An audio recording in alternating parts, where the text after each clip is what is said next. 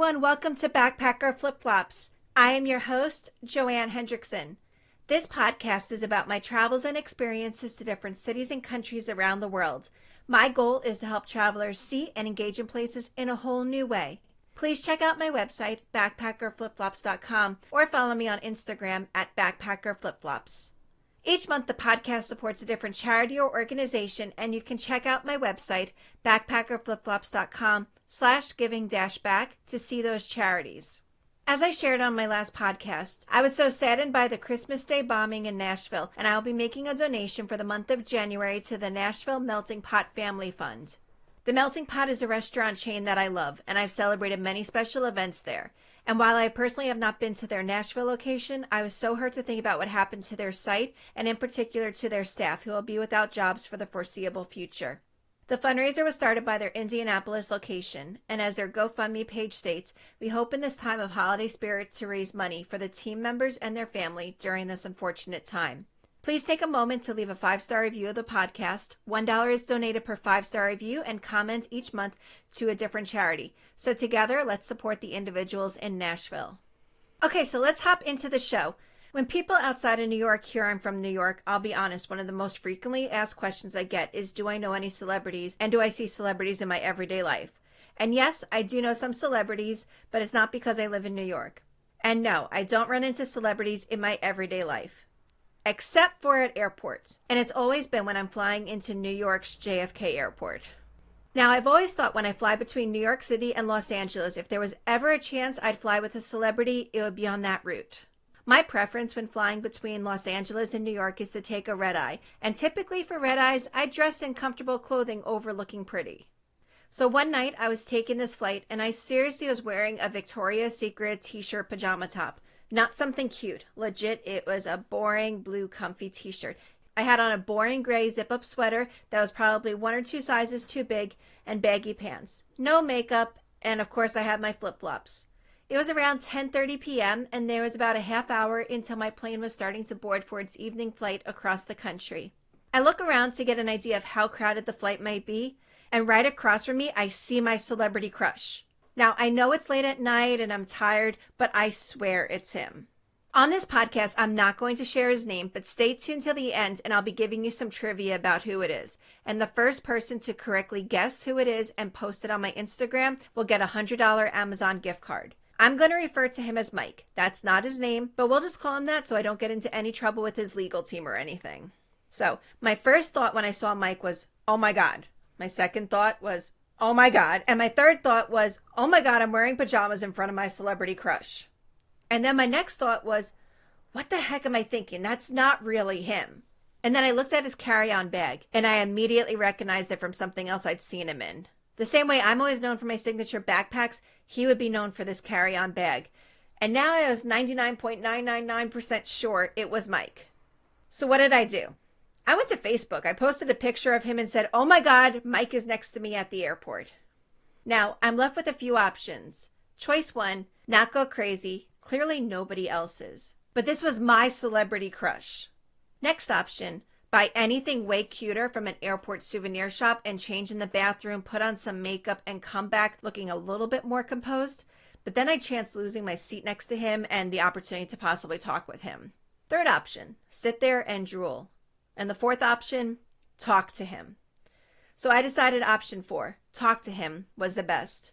But before I randomly just went up to Mike and asked him if he was who I thought he was, I decided to hit Google just to get a few more photos to determine if the guy that was sitting 5 feet in front of me was the same guy.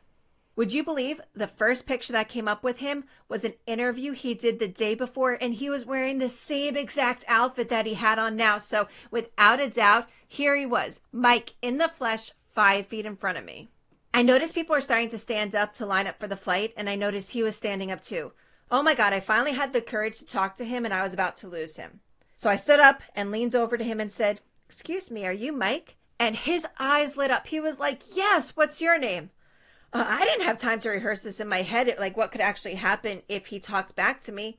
But I got out my name and even the words to ask if I could grab a quick selfie with him. Next thing I knew, he took my phone out of my hands and put one arm around me and the other arm was stretched out so he could grab some selfies of us.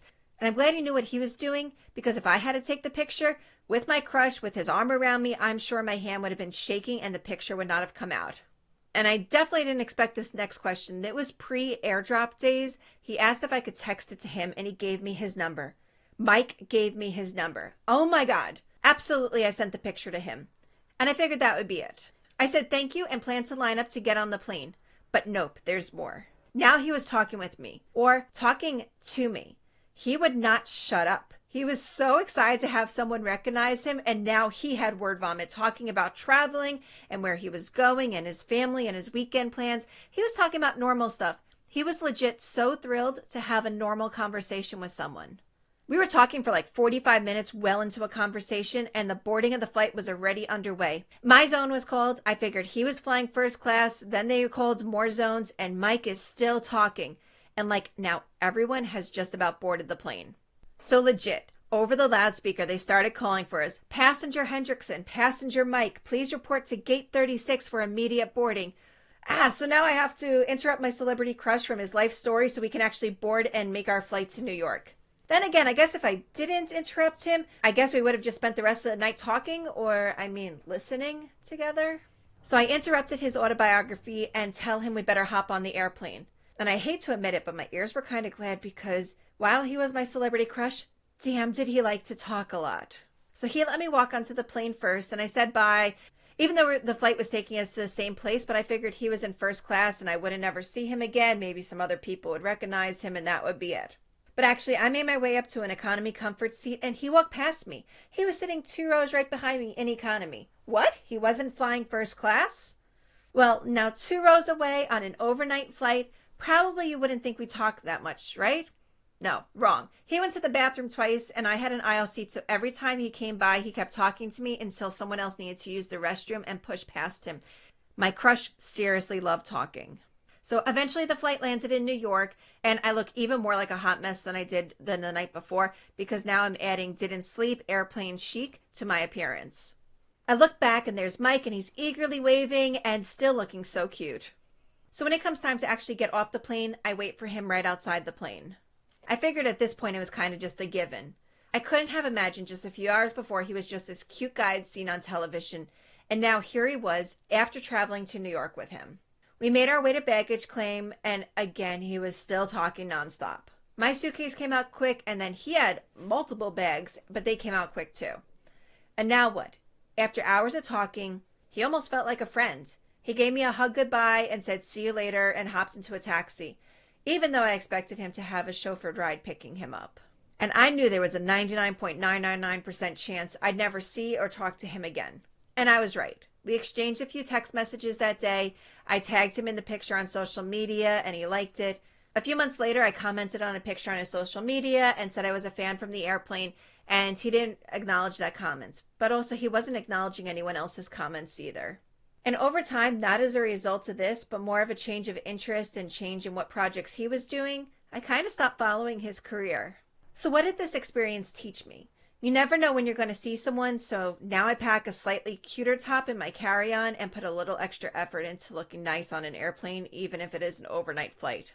Your celebrity crush is a human too, and maybe they just want to be human. Maybe this is why he just wanted to talk about himself so much. He just wanted to have a normal conversation. I also learned no one is perfect. Just like me and my weird outfit, his flaw was his obsessive talking. And the other thing I learned, it takes bravery to go up to your crush, and that rule is amplified when they're famous. So I'm really proud of myself. And now for the questions I received over Instagram about this podcast topic. First question was, any tips on spotting celebrities when flying? Think about your destination. New York and Los Angeles are 2 big filming locations. Are you traveling to Washington, D.C.? You're probably not going to see an actor, but maybe you'll see a politician. Are you flying from a small airport? Don't rule it out. I was on a flight from Rochester to JFK and sat next to one of my most favorite actresses. You would not have expected to see her in Rochester, New York, but that's where her family was from, and she had to get to JFK to catch another flight. So anything is possible. Next question. Is it rude to go up to a celebrity? I'll be honest, I don't know. I think it depends. This particular guy was so excited to meet a fan. But I've heard stories of other people who have met their favorite athlete or celebrity, and the person was so rude, it turned them off. Intentionally or not, I feel like I was very polite when I said excuse me and asking if I had the correct name. I wouldn't recommend to add in, are you from so-and-so sports team or from X movie, or use their character's name. Show that you care about them as a human, not as someone that you've only seen in magazines or on a screen. Do you have a better chance of seeing a celebrity if you're flying in first class? Or do they just take private flights? You'd be surprised how many celebrities take normal flights, and they're not always in the premium seats either. In some ways, they are just really human. On the flight with the actress from Rochester, that one was in first class, but the cost of a first class ticket versus a coach ticket was only $15 difference, and so essentially for the cost of wine, it's worth the splurge when doing that route to fly first class. What would I have done differently? In the moment, I don't think I would have done anything different. He enjoyed talking a lot. And honestly, I don't know how I would have steered the conversation to me, or even if I necessarily wanted it to. I wasn't trying to get fame out of it. Minus wishing I was wearing something better so I had a more awesome picture of us, there's really nothing else I would have done different. Any tips to make sure you're not just seeing a doppelganger? In this case, it was very easy to recognize him between the bag he was carrying and the outfit matching his picture. And then also it was later confirmed when the airline called him by his name to board the flight. But without those, post it onto Facebook and ask your friends. Check the person's social media. Instagram stories are a bit more real time. See also if they have anything on their social media post. Check Google News. See if there's a recent picture of them that might have the same outfit. Like, just because they're a celebrity doesn't mean they don't rewear their clothing. Did you expect to get anything more out of the experience? Like, such as a date or ends up marrying him? I'll be honest, yes. I think everyone has a little bit of that Prince Charming syndrome. But what I did learn was how much he talked. He wasn't the right guy for me. And I have no regrets meeting him. And I still believe he's an amazing and extremely friendly and cute person. But just because I love watching him on the screen doesn't mean I want to have him every day in my life for the rest of my life. So, who is the real Mike? Mike is just the name I made up for this podcast and is in no way affiliated with him. Well, maybe it sounds a little similar.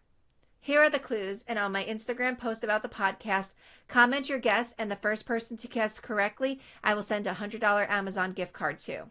So, the mystery Mike, he is 35 years old. He loves travel, but he's not known for traveling. He's a talented athlete, but he's not famous for it. He was on 2 popular television shows, and he's the host also of a television show. So be sure to visit my Instagram page and comment your guess. Good luck. Thank you so much for listening. Feel free to connect with me on my website, backpackerflipflops.com, or follow me on Instagram at backpackerflipflops. Over on Instagram, you'll be able to catch in my stories a sneak peek of the next episode topic and also be able to submit in your questions. Please be sure to leave a 5-star review and tell a friend about the podcast. And together, let's help support the employees of the Nashville Melting Pot. Thank you so much for listening. Till next time, ciao, adios, auf Wiedersehen, bye.